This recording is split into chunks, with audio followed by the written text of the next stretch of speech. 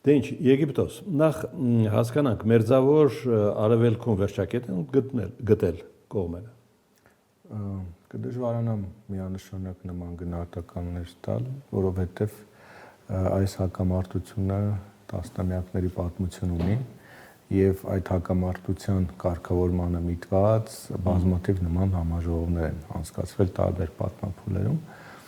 Այստեղ առանցքային նորությունը ամերիկյան վարչակազմի եւ անձամբ Դոնալդ Թրամփի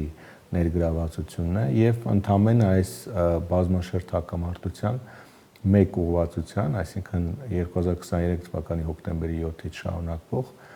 Համաս-Իսրայել ուրեմն հակամարտության, այսինքն եթե վերցնենք այս նեղ խնդրին, ապա այս պահով այս հարցի հետ կապված հնարավոր է դրական կանխատեսում անել, բայց պաղեստինյան հիմնախնդրի հիմնովին կարգավորման առումով ես կդժվարանամ նման կանխատեսում անել, որովհետև օրակարգում Պաղեստին պետության ստեղծումն է, այսինքն դա պետք է լինի այս հանգուցալուծումը, այս հիմնախնդրի երբեք չեն համաձայնի։ Այո, որին հրեաները չեն համաձայնի եւ բնականաբար հրեաների դիրքորոշումը ամեն կերպ պաշտպանին է Միացյալ Նահանգները։ Հիմա Շարմ էլ-Շեյխում հանդիպել են Կարճատև, ասվում է զրույց են ունեցել Փաշինյանն ու Ալիևը։ Ինչու այդքան ժլատ տեղեկությունը։ Չկար օրակարգ։ Կարծում եմ ոչ միայն օրակարգի հարց է այստեղ, այլև պարզապես նախապես պայմանավորվածություն չի եղել այս առումով։ Եվ նկատել եք, եթե նկատել եք Շարմ էլ-Շեյխից առաջ նման հանդիպում նաև եղել է Դուշանբեում, այսինքն այստեղ գուցե թե առաջնորդների ժամանակային, հա, այսպես զբաղվածության հարցով է պայմանավորված, նույն այս միջոցառումների ֆորմատի հետ կապված, այսինքն որը չի ենթադրում երկկողմ բանակցություններ, որովհետև այդ բանակցությունները նախապես են կազմակերպվում, արարողակարգային միջոցառումներ են արվում եւ երրորդ այնուամենայնիվ ես չեմ խուսափի նաեւ ձեր հնչեցրած հարցից, որ այո, գուցե թե այս բանը չկա նաեւ առարկայական խնդիր, առարկայական բովանդակային հատված երկկողմ հարաբերություններում, որը երկրների առաջնորդների մակարդակով քննարկվելիք խնդիր է։ Բոլորը սպասում են Թրիփի հետ կապված process-ներին, բանակցություններին, գուցե այդ ճանապարհի կարգավիճակի հետ կապված դրա առնչվող ուրեմն մաքսային իրավական տարբեր դետալների քննարկմանը, որը եւս կանխատեսելի է, բայց կարծես թե այդ հարցի շուրջ բանակցություններ չկան այս պայն ընթացող։ Մինչև մեր հանդիպումը սկսելը ես հասցրեցի տեսնել ինչպես են Թրամփն ու Ալիևը նկարվում այդ նկատաժողովի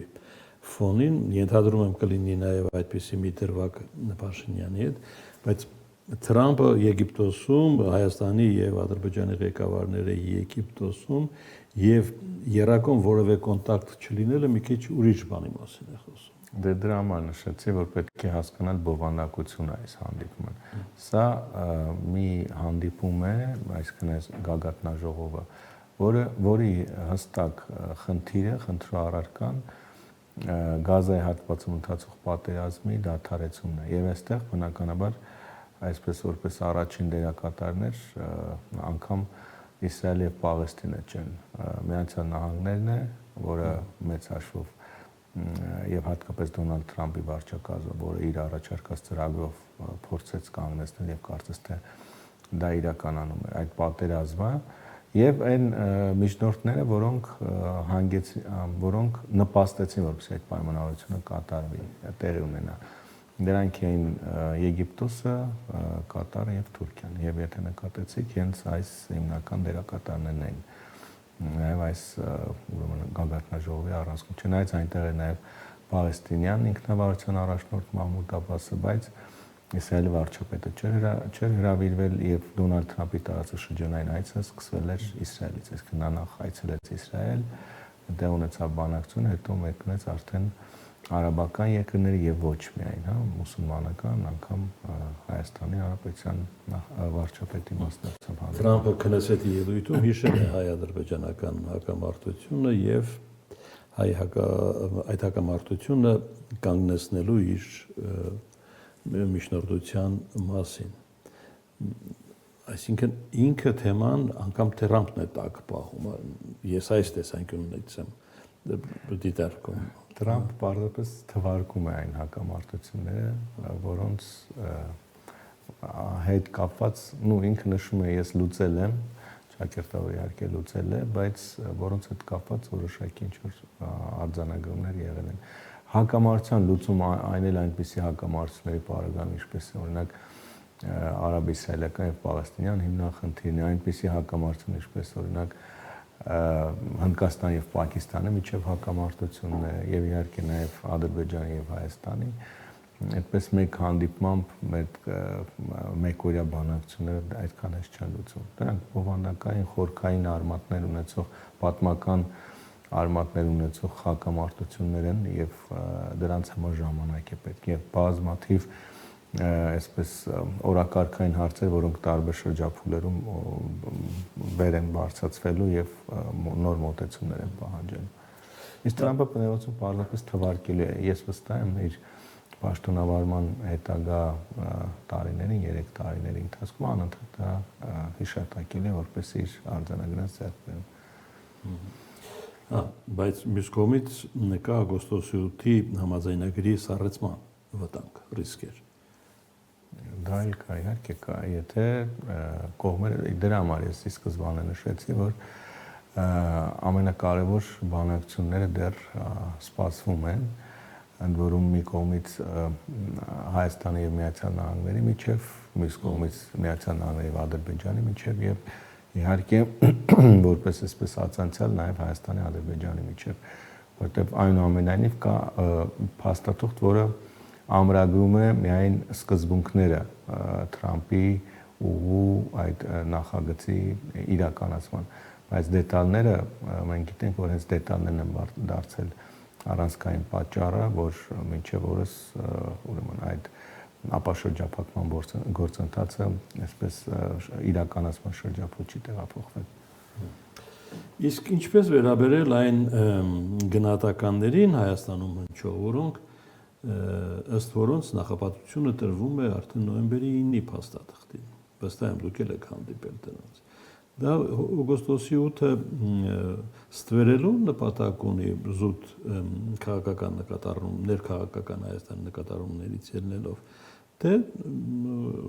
կարելի է նաև իրական փաստեր։ Կարծում եմ, որ այստեղ ավելի նախ Ռուսաստանի դերակատարման համար նոր հնարավորությունների կամ եղած հնարավորություններն ակտիվացնելու միտված փորձեր են, դա առաջին եւ երկրորդը, որը իհարկե հայկական տեսանկյունից է կարեւոր, Արցախի հիմնախնդիրը եւս օրակարգում պահելը, որտեղ նոյեմբերի 9-ի փաստաթուղթը մենք գիտենք ավելի լայն բովանդակություն ունեցող փաստաթուղթեր եւ Վաշինգտոնյան փաստաթղթերի հետ համեմատել է միայն նոյեմբերի 9-ի 9-րդ կետը եւ եթե կան իհարկե դուք էլ նշեցիք թե փորձագիտական եւ թե քաղաքական դաշտերի ներկայացուցիչներ, որոնք անընդհատ խոսում են նոյեմբերի 9-ի մասին եւ որում այն գործիչները հատկապես սա շատ էական է, որոնք ժամանակի նոյեմբերի 9-ը համարում են խայտարակ կապիտուլյացիա։ Դե տեսեք, հիմա փաստացի ունենք փաստաթուղթ, որը այլևս Արցախը խոսքը Վաշինգտոնյան փաստաթղթի մասին, այլևս անադարձ չունի, հղում չունի Արցախը։ Մենք ունենք հայաթափված Արցախ, այսինքն ի տարբերություն գոնե Արցախյան հիմնախնդրի մասով, ի տարբերություն նոյեմբերի 9-ի 2020 թվականի եւ 2023 ու դրան հաջորդող ժամանակահատվածի մասով իհարկե նմանատիպ գնահատականներ կարելի է տալ, բայց եթե վերցնում ենք ապաշրջափակման հարցը, միայն այդ խնդիրը եւ առանձնացնում ենք այն ինչ տեղ ունեցավ Վաշինգտոնում, բնականաբար ամերիկյան փաստաթուղթը շատ ավելի նախընտրելի է, այն որում երկու կողմի համար է։ Դուք ինչ եք հասկացել, Մոսկվան տվել է իր համաձայնությունը Թրիփին։ Մոսկվայի համաձայնությանը մեծ հաշվով որևէ մեկը չի նայում, բայց Մոսկվայի գնահատականները չեզոք են, այսինքն եթե կողմերը ուրեմն իրենք որոշել են ինչ որ լուծման, ապա Մոսկվան չի խանգարի դրան։ Ես դա ինչու եմ հարցնում, որովհետև նկատվում է արդեն Մոսկվա-Բաքու ջերմացում։ Պիտի ենթադրել, որ այդ ջերմացման ազդեցությունը այդ գործընթացի վրա կունենա իր որոշակի ազդեցություն։ Ես կարծում եմ, որ օգոստոսի 8-ը տեղ ունեցավ, քանի որ լարվածություն կար Մոսկվա-Բաքու հարաբերություններում։ Եթե եւ ընդ որում մի քանի անգամ արդեն նշել եմ այդ մասին, կարծում եմ, որ Ադրբեջանի կողմից միտումնավոր խորացած լարվածություններ հենց նման մանևրի դաշտ ստեղծելու եւ նոյեմբերի 9-ից դուրս գալու, որտեղ կարծում Ադրբեջանի համար ոչ պակաս կարևոր էր նոյեմբերի 9-ի փաստաթղթից եւ կարգավորներից դուրս գալը, քան Հայաստանի, ինչպես եւ Հայաստանի համար, եւ եթե նկատել եք, ես գոնե բովանդակային լուրջ տարբերություններ չեմ տեսնում այն ադրբեջանական մարդատար ինքնաթիռի վթարներ պատճառը, եթե քշեք 2024 թվականի դեկտեմբերին, որը դարձավ հիմնական առիթը երկու երկրների հարաբերությունների միջև այդ լարվածության առաջացման եւ վերջին բանակցությունների բարձր մակարդակի բանակցությունների ընթացքում Վլադիմիր Պուտինի հնչեցրած խոսքը մեծ հաշվով որևէ բովանդակային մեծ փոփոխություն չուներ այն դիրքորոշման հետ, որը Մոսկվան հայտնել էր անմիջապես վթարից հետո։ Այնպես որ եթե Ալիևը համաձայնել է այդ դիրքորոշմանը, նշանակում է արդեն նրան դա անհրաժեշտ է, այսինքն այն ժամանակային միջակայքը, որ կար Ադրբեջանի մանևրի համար եւ որը բազմաթիվ հարցերի հետ կապված օգտագործվեց, դա այդ հարցերը լուծվել են արդեն։ Հիմա ով արեց հետ քայլը, եթե այդպես դա։ Չի ասի, որ որևէ մեկը հետ քայլ է կատարել, պարզապես ամեն մեկը իր խնդիրները լուծել է։ Իհարկե Ռուսաստանը շատ լավ հասկանում է, որ Ադրբեջանը կարծում եմ հասկանում, որ Ադրբեջանը հատուկ ուրեմն լարվածություններ պահպանում էր լարվածությունը, որովհետև ես չգիտեմ, գուցե այսպես իհարկե չափածուցված է, իհարկե գուցե վիճելի է տեսակետս, բայց ես կարծում եմ, որ այնուամենայնիվ դեռևս 2023 թվականին Արցախի հետ կապված գործընթացներում Ադրբեջանի եւ Ռուսաստանի միջև որոշակի պայմանավորություններ են եղել, որ Ադրբեջանը չի շեղվելու նոյեմբերի 9-ի փաստաթղթից, այսինքն եւ ռուս խաղապահների դուրսբերումը եւ Արցախում էթնիկ զտման այդ գործընթացի անխոչնդոտ իրականացումը, կարծում եմ դա Ռուսաստան-Ադրբեջան երկկողմ ինչ որ համաձայնությունների եւ ջենտլմենական նաեւ համաձայնությունների արդյունք էր, որոնք իհարկե Ադրբեջանը խախտեց եւ չեմ կարծում կրկին որ Ռուսաստանը սա հաշվի չի առնում։ Այսօր Բաքվում հանդիպում են Իրանի, Ռուսաստանի եւ Ադրբեջանի փոխվարչապետերի մակարդակով, ինչքան գիտեմ, առանցքում հյուսիս-հարավն է, ով ինչ է փնտրում այստեղ։ Իրանական կողմից ճանապարհաշինության նախարարն է, այսինքն սա երրակողմ հանձնաժողով է, որը հենց զբաղվում է այս ճանապարհային եւ միջանցքային, այսինքն ենթակառուցվածքային խնդիրներով հարցնը թրիպն է դերակատարել, չէ՞, սա նախկինում այս ֆորմատը եւս եղել է, այսինքն նպատակը հյուսիս-հարավի մի ուղղության, արևմտյան ուղղության անգամ մի այսպես գծի Ադրբեջանի տարածքով ուրեմն ապրանքափոխադրումների հետ կապված խնդիրների լուծումն է, եղած խոչընդոտների վերացմանը միտված ջանքերը, բովանդակային կարևոր հարցերը, որոնք պայմանավորված են Իրանի, Ադրբեջանի եւ Ռուսաստանի երկաթգծերի միացման հարցով, որտեղ գիտենք, որ Իրանում կա մի հատված, որի ուրեմն շինարարությունը մի քանի տարի է արդեն պետք է նախագծում է իրականացնել, բայց չի իրականացում Ռաշտաստարա հատվածի շինարարությունը, որը ըստ վերջին պայմանավորությունների ռուսական կողմը պետք է իրականացնի։ Այսինքն այս խնդիրներն են եւ կրկնում նման հանդիպումների երակողմ դրանք բարբերաբար բնույթ են կրում։ Այսինքն թրիփի եւ հյուսիս-հարավի միջեւ որևէ հակասություն չի կարող առաջանալ ինչ որ բան։ Իհարկե առաջանալու են հակասություններ, բայց այդ հակասությունները, որովհետեւ ինչ առումով են առաջանալու հակասությունները, դրանք գլոբալ առումով մրցակցային ծրագրեր են։ Այսինքն մեկը մեծ հաշվով եթե դիտարկում ենք նույն թրիփը, եթե դիտարկում ենք այն ավելի լայն համատեքստում, միջանցքի համատեքստում, դա Չինաստանի հեղինակած արևելքը արևմուտքին կապող միջանցքի տրամաբանության մեջ է, նայել ուրեմն Հնդկաստանի հեղինակած եւ իհարկե Իրանի ներգրավությամբ հյուսիս-հարավ, Իրանի եւ Ռուսաստանի ներգրավությամբ հյուսիս-հարավ նախագծի բաղադրիչ է եւ այստեղ բնականաբար որպես մրցակից երթուղիներ, միջանցքներ դրանց միջև առաջանալու են, բայց իրականացման մասով, ծրագրի իրականացման մասով Հայաստանի տարածքը եւս դիտարկվում է որպես հյուսիս-հարավ արևմտյան ուղղության առանձին երթուղի, բայց քանի որ մենք ենթակառուցվածքների լուրջ խնդիր ունենք, ճանապարհների խնդիր ունենք, այս պահին այս ճանապարհը մեր տարածքով ճանապարհը կենսունակ չէ։ Ադրբեջանի փոխվարչապետ Մուստաֆայևը ասում է, աճում է 3 գումարած 3 մեխանիզմի արդիականությունը։ Կա այս մեխանիզմը։ Եթե կա, ապա եթե չկա, ապա պետք է հասկանալ ինչու են ուզում արթնացնել։ Դե տեսեք, Ադրբեջանը ընդհանրապես այս ձևաչափի մասին ավելի շատ խոսում է, քան բովանդական ինչ-որ քայլեր են արվում։ Եթե անգամ այդ քայլերն նաև արվեն, ապա չեմ կարծում, որ ինքը դառնալու է կենսունակ մեխանիզմ։ Այդ մեխանիզմը օրակարգում պահպանելը ընդհանրապես այսպես տարբեր ձևաչափերում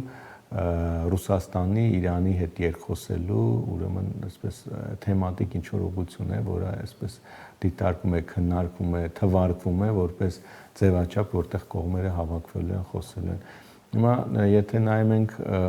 վերջին տարիների զարգացումներին 3 գումարած 3 հետ առնվազն մինչև տարեվերջ պետք է ինչ-որ հանդիպում լինի արտգործնախարարների մակարդակով եւ այդ հանդիպումը կամ պետք է լինի Ադրբեջանում կամ Հայաստանում ըստ նախնական պայմանավորության, բայց կարծես թե չկա նման առայժմ չկա պայմանավորություն, բայց իհարկե չի բացառում, որ պետք է լինի։ Ում է դա այս պահին ավելի ձեռնտու, կարծում եմ Իրանին եւ Ռուսաստանը իրենք պետք է ավելի շահագրգռված լինեն, որպեսզի ներգրաված մնան հարավ-կովկասյան տարածաշրջանի խնդիրը, որտեղ Թուրքիան այսպես թե այնպես ավելի ակտիվ ներգրավվածություն ունի, բայց երևի թե նրանց հարցնել այս պայն կամ նրանց խնդիրներն այնքան բազմազան են, որ այս ձևաչափի ուղղությամբ մեծ այսպես ջանքեր չեն փորձում կիրառել։ Չգիտեմ, Արմեն, հասցրեցիր այդ դրվագին հետևել, կանգնած են Ալիևը եւ Փաշինյանը, մոտենում է Պակիստանի վարչապետ։ Այդ դրվագը դիտել եմ։ Դե տեսեք, նախ Պակիստանի եւ Ադրբեջանի առաջնորդների միջև մշտապես բավականաչափ բարձր մակարդակի հարաբերություններ են եղել, բայց այդ երևի թե անկաշկանդ մոտեցումը երևի թե արդեն որ պայմանավորված է նաև վերջին զարգացումներով Չինաստանում, Հայաստանի եւ Պակիստանի միջև դիվանագիտական հարաբերությունների հաստատման հանգամանքով, երբ որ Պակիստանի վարչապետն ավելի արդեն անկաշկանդ է գործում եւ նաեւ շփվում է նաեւ Հայաստանի Հանրապետության ղեկավարի հետ։